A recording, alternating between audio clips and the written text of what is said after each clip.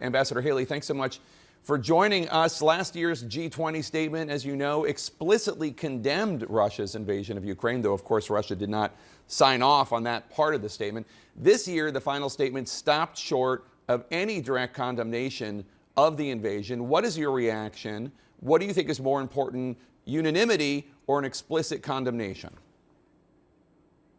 It was a win for Russia and China. They're celebrating today. I mean, what we should have had was Biden should have really pushed hard to acknowledge what he acknowledged a year ago, that Russia invaded a pro-American, freedom-loving country. And that's a fact. And to deny a fact a year later is giving a win to Russia, and China is gloating because they're looking at Taiwan as this is happening, and it's a shame. Some House Republicans, as you know, are fighting to strip $24 billion in aid to Ukraine out of the upcoming government spending bill. Do you think that would be a mistake? I think that you have to look at the fact that 3.5% has been spent from our defense budget towards Ukraine. That's just 3.5%.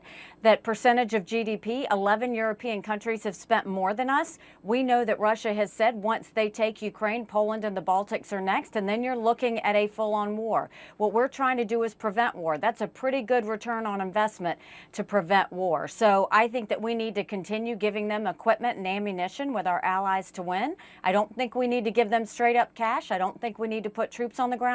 But we need to finish this because we have to always remember a win for Russia is a win for China. They've made that very clear. And right now, China is our #1 national security threat. So House Republicans should keep that Ukraine spending in the spending bill and should not separate it and should support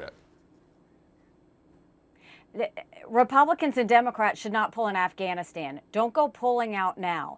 Putin is at rock bottom. We know that because he's getting drones from Iran and missiles from North Korea. We know that because they've raised the draft age in Russia to 65. Finish this.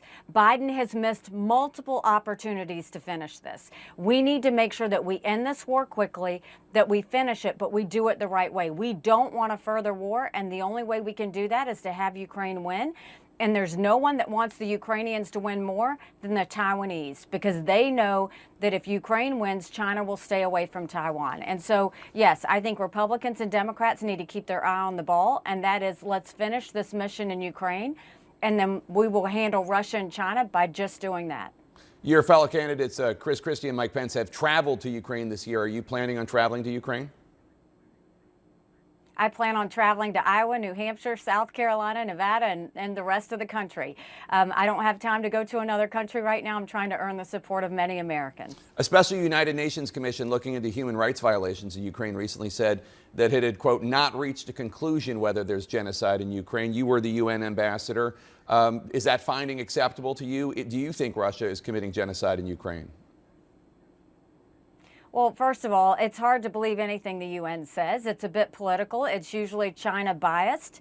And it's also Russian intruding into whatever they put out there. I think that what you have is, you know, when I was at the United Nations, we had no better friend than Ukraine. They voted with us on everything. They were supportive of everything that we did, and they're pro-American. And I think what we know is that they're a democracy. And the reason that they are so careful in this war is they're trying to protect people and trying to prevent Ukrainians from dying. I think if there's any bullseye, you need to be looking at Russia. They're the ones that have invaded. They're the ones that are targeting schools. They're the ones that continue to have death that they don't care about. And I think that's the one we really need to be talking about. So I don't take any UN report too seriously. On the subject of China, the Biden administration, as you know, recently sent 4 top officials to China to try to stabilize relations.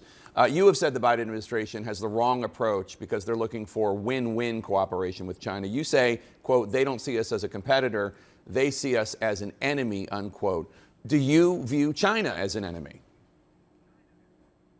China's been practically preparing for war with us for years. Yes, I view China as an enemy.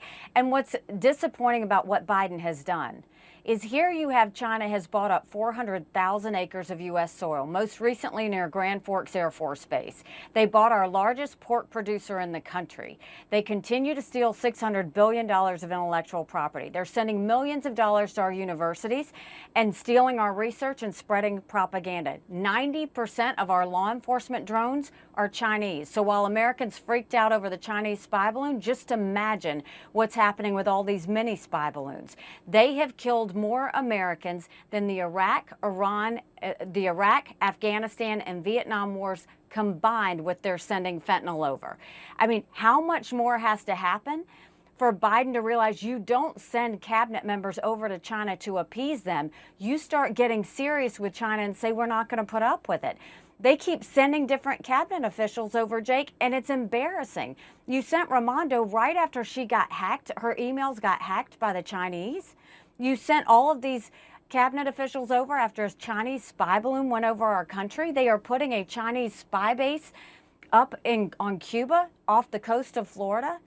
And don't wait for the fact that they are going to be sending Chinese military troops there. What are we doing appeasing China? Instead, we should say you're not buying any more U.S. soil, and we're going to take back what you've already bought. We're going to go and make sure that we don't have Chinese infiltration in our universities, because our universities are going to have to pick between Chinese money or American money. We're going to end all normal trade relations with China until they stop killing Americans with fentanyl.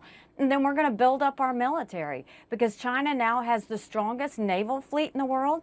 They are developing hypersonic, artificial intelligence, cyber, space, neurostrike weapons, they're the biggest developer, which actually affects military commanders' thinking and populations of people. We need to make sure that we're serious about China, and they know that we're serious about them, not going and being nice to them and thinking that they're going to change. On the subject of fentanyl, I just want to take a diversion for one quick second, because I've heard some of your colleagues bring up an interesting subject, which is, you're right, fentanyl is it's obscene and horrific what's going on in terms of Americans being killed by this fentanyl crisis.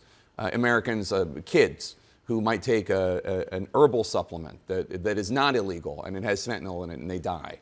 A friend of mine, his nephew died that way. I've heard some of your colleagues talk about treating the drug dealers in Mexico as if they are a terrorist cell, and having the military, in cooperation with the Mexican government, obviously, treat those Mexican drug dealers as a terrorist cell. What do you think of something like that?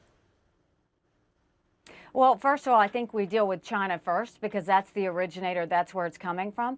But I actually do think we should send our special operations over to eliminate the cartels. We can't wait on Mexico anymore. We can't wait on any more Americans to die. We have to be aggressive on this, and we treat them like the terrorists that they are. Those cartels, they're trafficking people, they're trafficking drugs, and they're killing Americans, and we have to put an end to it. So on the subject of China and Taiwan that you brought up a second ago, Vice President Harris was in Jakarta this week for a summit with Southeast Asian countries. President Biden has actually been criticized for being too direct on the subject of Taiwan, for abandoning what was called strategic ambiguity and saying directly that the U.S. would defend Taiwan militarily. What's your position? Let me ask you directly. If you were president, would the U.S., with President Haley, defend Taiwan militarily if China invaded? We will defend Taiwan, and we will let China know there will be hell to pay if they do anything that hurts the Taiwanese or any of our allies.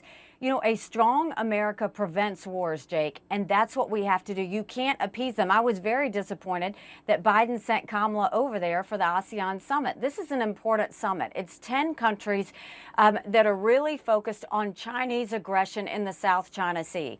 And China's going to go bully these countries who are desperately trying to fight back. The Philippines, Malaysia, and others who want them to stop. By sending Kamala there, and not really showing that you've got seriousness on the fact that this Chinese aggression is hurting, when we know most of the world trade goes through that,